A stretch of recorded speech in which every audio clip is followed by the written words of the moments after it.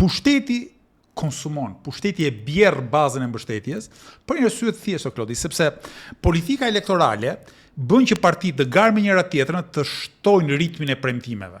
Sa më e fortë jetë gara, aq më të nda janë premtimet, dhe pastaj bën vaki dhe fiton, dhe e ke vështirë që ti mbash një pjesë konsiderueshme të premtimeve. Qytetarët zhgënjehen, pastaj dhe votojnë rivalin tjetër. Po ky cikël vazhdon, çdo 4 vjet ose çdo 8 vjet. Në një vend jo demokratik, nuk kanë fare rëndësi premtimet. Fare. Edi Rama ka hyrë në zgjedhje pothuajse fare pa program.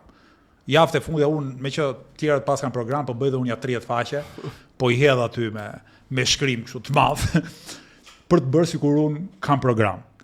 Ama Edi Rama ka pushtet, Edi Rama ka para, Edi Rama ka televizionet kryesore me vete.